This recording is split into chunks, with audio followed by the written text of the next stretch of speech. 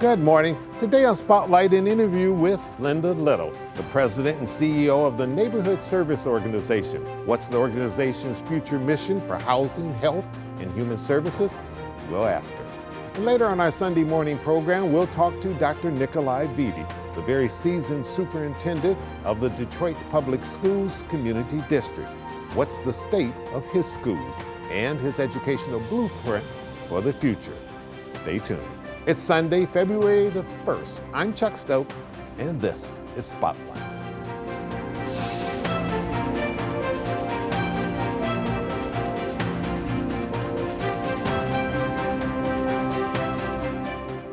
There could not be a better time to have someone like you in to talk to us in these frigid, cold temperatures.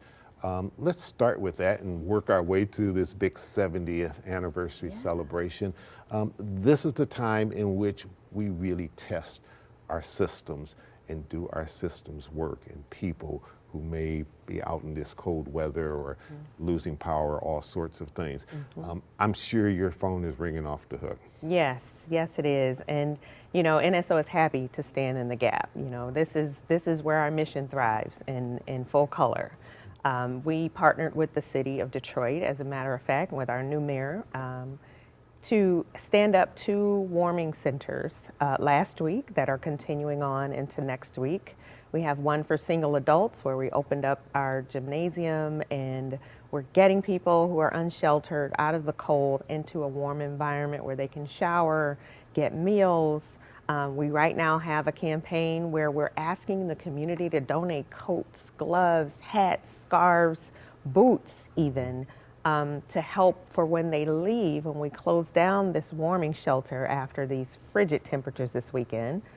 We can send them on with the warm coats and outer clothing that they need to stay warm. And the very first initiative she did with her transition team, you headed up part of that committee. Yes. I was honored to be selected to co-chair one of the committees, the Health, Human Service, Homelessness, and Poverty Solutions Committee, along with my co-chair Denise Brooks-Williams from Henry Ford Health. Absolutely. And one of the first initiatives that the mayor launched, actually the first initiative, was RX Kids, which was a recommendation from our committee. Of course, Luke Schaefer, who's now her chief over that area, was also on our committee. So right, she had a big press conference with him. Press conference. So snapped him up from the University of Michigan. That's right. So we're very, very excited about the leadership of Madam Mayor and the vision that she has and the inclusive approach that she's taking. We are indeed a diverse city. 70 years, that's a long time. So you're celebrating this anniversary, and it goes through the lion's share of this year all the way up into what, August? Until August, that's right. So we kicked off our celebration with, of course, our employees. We did an employee appreciation in August of last year. August of 2025 is the 70-year mark, and we're going to celebrate through August of 2026. And then we had a public gala that was fantastic at Motor City Casino. Jay Moss performed there for us and really honored some wonderful pillars in our community. And we have a campaign where people can donate and support our mission. It's called The Power of 70. So they can donate in increments of 7. Can they go to the website? They can go to our website at nso-mi.org. All right. We'll also hook it to WXYZ.com so you can go to either way. We'll make sure that they're linked up. That would be perfect. Yeah. So from $7 to $70,000 or $700,000, even $7 million. Let's just get optimistic. If you got it, use it. So we are really excited, and we're also launching a capital campaign because the Joe Louis Greenway is coming right. It's going to go right at the end of where NSO is. We're right at the end of Detroit, where Highland Park meets the city. Right. And our Joe Louis Greenway is right behind our Bell building, and we want to launch a community park that's there where they can have bikes and feature local artists and have a respite, a beautiful place in our community that is Hope Village, right down the street from Focus Hope. All right, very good. We're going to take a little quick pause for a call. So we come back, I want to find out from you, what's the biggest challenge facing NSO these days and about the Touch Me campaign? Okay. We'll be right back with Linda Little right after this.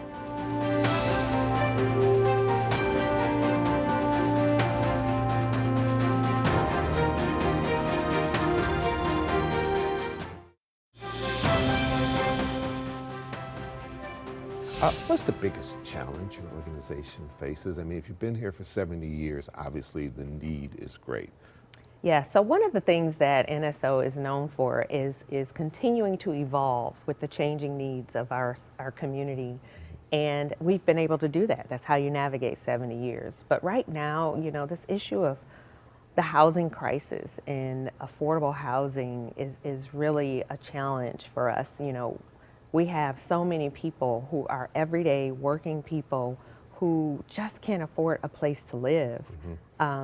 We have children. And who these go are to- people, many who, most probably, who have jobs. Oh, they have jobs. Yeah, right. Absolutely. So we aren't talking about people who don't want to work. They're working hard, 9 to 5 or whatever their hours may be, but trying to keep up with inflation and keep That's up right. with the economics right now is very difficult for many, many families. That's right.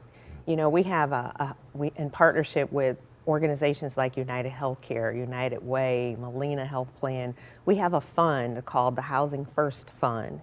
And it's really, you know, something that's akin to when I was growing up, you might remember this, Chuck, my parents used to have rent parties for Yeah, neighbors I to help them pay their rent.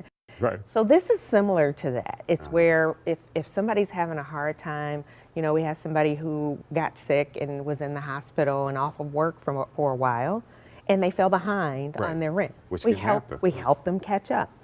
We had somebody whose car broke down and they couldn't get to work, so they would fall behind on their rent if they couldn't get their car fixed. Sure, it we happens. helped them fix their car. So these kinds of things that are really the result of the root cause of homelessness is poverty, because the wealthy people have the same challenges, the same issues. They just have the resources to weather those storms. You have a Touch Me campaign. What exactly is that? Wow, so a large population that we serve is women. As you know, we have the only women's shelter in Detroit. And many of those women, I would say 90 to 95%, are fleeing domestic abuse. And many of them were abused as children. They have children who've been abused, and the system has failed them. I mean, they've not found any support or justice. And so when we launched this Don't Touch Me campaign, it was really to address the needs and concerns of the population that we serve, but also because, you know, I personally had experience with this system and seeing firsthand the gaps in how people fall through the cracks. And it was right around the time, if you recall, Naziah Harris, the story of she was, I don't even want to bring it up again. People know the name. And there was another little boy, Chase Allen, that was repeatedly abused by his mother and given back. And 3 years old, blind in one eye, and was found in a refrigerator. And there were multiple, you know, points with the system that felt both instances, these children lost their lives because the system failed them. And every day things happen that prevent people from falling into those cracks. But when one child is left behind or suffers a fatal incident, it's one too many. So one of the things that we're doing is working with a bipartisan group of people to help pass a bill that requires training about child abuse. Best practices, nationalized, standardized training. Get out on the front of Get on the front of the issue so that when a child does disclose and these issues do present to our system, they can respond more appropriately. Each division, like CPS, has a role and a level of expertise. And make sure that they Law are working enforcement, together. judiciary, working together, but also respecting their respective position in the process. One major partner, we just joined forces with the Zero Abuse Project. The CEO, Jeff Dion, was just on our podcast, and it also has a podcast called The Silent Majority. So that will be airing next week. So your listeners could go to our website and pull that information and learn more as well. All right. Ms. Little, thank you so much for coming in, sharing this very valuable information. Keep up the good work, and congratulations on 70 years, and wishing you 70 more years of success. Thank you, Chuck. All right. Stay warm. Thank you. You do the same. And when we come back, we'll sit down with the superintendent of the Detroit Public Schools Community District, Dr. Vitti. We'll be right back. Stay with us.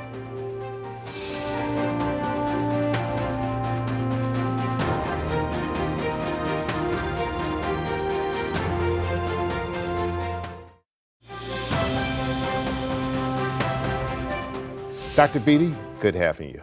Thanks for having me and having me back. Always good to be on. Pleasure. The other day, you did a public address, the state of our schools. What is the state of our schools? The largest school system in the state of Michigan. Yeah, I would say the theme is we are definitely on the rise as an improving school district. I think those that have watched our work nationally say that we're one of the most improved large urban school districts in the country. I think locally, depending on your access point to the district, you see the improvement. I think if you're a teacher, you're a student, most parents have seen our improvement over the years. And now it's about being really focused on our updated strategic plan to accelerate the kind of student achievement we've seen, with a focus on improving student attendance, continuing to invest in our buildings, and bringing more partners to fill in the gaps. And then ultimately, our greatest challenge is equitable funding still in the state of Michigan. But very proud to have served as superintendent now in my 9th year, second longest serving superintendent in the history of the district. And in that type of job, that's a lifetime. It is, yeah. I often say 1 year of being a large urban school superintendent is like 3 to 4 years. So multiply that by 4, maybe another 4 for COVID. Right. But very proud of the improvement we've made, but not satisfied. You know, our school district needs to continue to improve because our children desperately need a high-functioning school system to compete globally. And we've made massive improvement. I think some improvement that people didn't even think we could make. There were questions, could we even have local control? You know, could we be fully staffed with teachers? Could we raise student achievement? Could we not be under the thumb of the state and the federal government? You know, all of that is improved, and it shows the potential of the school system when we have a right balance between the leadership of the superintendent and the board. And I think the board and I have worked really well, even with a lot of change on the school board, very focused on our strategic plan and what's best for children. Dr. Vitti, what is it you hear most from your board? Because the board technically kind of represents the people. If people have an issue, they should go to the school board. The school board then comes to you and says, we need this, that, and the other. Well, right now it's defined through that strategic plan. So what the board is saying, we have to do a better job of improving student attendance, because we know that when students miss 18 or fewer days of school, they're 3 to 5 times more likely to be at and above grade level on state assessments and on the PSAT, SAT. We've talked a lot about accelerating student achievement. We've definitely improved in reading and math and the SAT faster than the state of Michigan and most districts of Michigan. But we have to accelerate that to improve even better. The board continues to talk about bringing more parents into the school, supporting their children at home, so that we have better relationships between schools and parents. You know, for the most part, that's been the focus area of the current makeup of this school board. The way we're going to bring students back into DPSTD is, one, strengthening early learning, expanding pre-K, but just improving the day-to-day experience of our students and our parents. Parents are the #1 seller of the school system, if you will. If everybody wants the best for their child. Exactly, and if they have a positive experience, then they tell that to their neighbor, to their friends, to their family. And so it's always about customer service. We're not going to always agree on every issue with parents, but we always have to treat them with respect. We have to be responsive. We have to problem solve together. And I think we're doing a better job of that as a school system, but more work still needs to be made there. But the other thing that we're really focused on, and again, going back to what the board wants to see. Hang on one second. Hold that thought. We're going to rush to a little quick pause for the cause. We'll come right back and we'll pick right up with that. We'll be right back. Stay with us.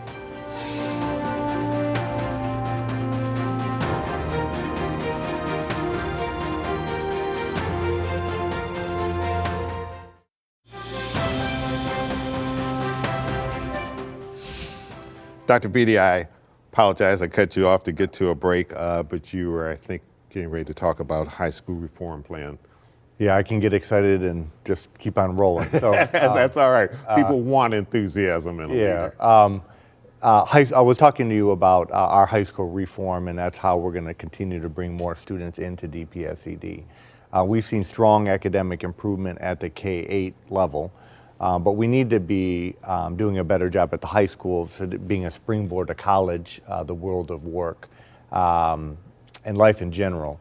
So our high school redesign plan is all about making the high school diploma relevant and actionable. So whether it's taking more advanced placement classes, more dual enrollment, which is taking college classes in high school, more career tech classes, more internships, bringing back some of the things that worked in DPS before. I think that's also going to strengthen our enrollment and bring students back to DPSED. And the other most important thing is facilities. You know, our facilities on average are almost 70 years old. They've seen a lot of wear and tear under emergency management, almost 20 years with not investing in those buildings. So now we're, with COVID money that we put aside, $700 million investment. Excited about a new high school at Pershing, new high school at Cody, new CADE on the east side, Carson's, a new CADE in southwest Detroit. And all of our schools will have modern HVAC systems, which means air conditioning, in the next couple of years. So some of these things I think people take for granted outside the city, but it's a long time coming, and our students deserve not only what children have in the suburbs, but I believe more because of some of the concentration of poverty and just a history of race in a negative light in the city. During the last mayoral campaign, there were a boatload of candidates, and every candidate that came through here talked about education and it's the future and how important it was. And all of them had different plans in terms of to what degree they should work with Detroit Public Schools community districts. Some wanted more involvement than others. What is the proper partnership for a city administration that technically has no oversight over you and your organization? Well, all those candidates are exactly right in that we're not going to continue to rebuild the city and accelerate that rebuild process without a stronger public school system. And I say traditional public school system because our most fragile children and our most talented children are in our school system. And if we're talking about the future workforce, we're talking about future leaders, we're talking about future residents, that traditional public school system has to continue to be strengthened and supported. So it's exciting when all these mayoral candidates talked about it. I'm curious to see what are they going to do now that they didn't win, and how do they continue to support the system, not just attack it and criticize it. I think the way of the future is building off of the partnership that Mayor Duggan and I had. I think he took a very practical approach in saying, you're in charge of running the school system. I'm not going to tell you what to do, but you know, how do I support you? How do I fill gaps? And I think he did that by bringing the business community in to help rebuild Randolph and create more career tech opportunities. I'm very excited about Mary Sheffield. You know, on her first day in office, she went to Pershing High School, you know, a neighborhood high school on the east side, met directly with the kids, talked to the kids. I think she's going to bring a new energy and a new dedication to the neighborhoods. And I think moving forward, the proper relationship, to answer your question, is about true partnership, true problem solving, sharing each other's challenges, but also sharing each other's resources to fill gaps for families and students. Our initial conversations has been expanding summer programming and after school programming, put kids in safe, healthy, caring environments. We've talked about attacking student attendance and trying to talk more campaigns and promotions, incentives to improve attendance. We've talked about working together on homelessness because that's a major impact on our families. And then lastly, just expanding wraparound services and creating more activities for our youth. But the issue of wraparound services are important when you think about mental health, access to quality medical care, dental care, vision screening. We're doing that through our health hubs, but we want to continue to expand that partnership. Hold on. If you had to send a message to the legislature, what would it be that you need most to improve education? Continue to increase per pupil funding. The governor has narrowed the gap between per pupil funding with areas of low income like ours versus the wealthier suburbs. It's got to be accelerated. if we're really about giving children equal opportunity. That would be my message. And how important is it for the legislature to pass the budget by July 1? You said it. All I can do is echo what you said, but it's unconscionable that elected officials aren't keeping to their deadlines when every district has to create their own budget and pass it by June 30th. What do you want to say to them or anyone in terms of whether or not the Detroit Public Schools is an area ICE should be coming in looking for people? Yeah, certainly against, that's an easy response. Fortunately, we've not been contacted by ICE. ICE has not tried to enter our buildings. We have a clear protocol. ICE cannot come in our buildings without a subpoena and a warrant. It is a tragedy of what's happening throughout the country and even in our own backyard in Detroit, mainly Southwest Detroit. It's affecting student attendance, student morale. There is a more practical, comprehensive, child-friendly, family-friendly, American-friendly way to deal with this problem or this challenge, and our current state of affairs is not it. All right. We needed to do a half hour. We'll get you back. I try to be quick. Okay, you did great. And we want to thank you at home for joining us. We also want to send our condolences to the family and many friends of Richard E. Whitmer, the father of Michigan Governor Gretchen Whitmer and her two siblings. Dick Whitmer served this state honorably as legal counsel to former Governor George Romney, Commerce Department Director to the late Governor Bill Milliken, CEO of Blue Cross Blue Shield of Michigan, and as a past chairman of New Detroit Incorporated. He was also a beloved grandfather. When Dick Whitmer passed away last week, he was 85 years old.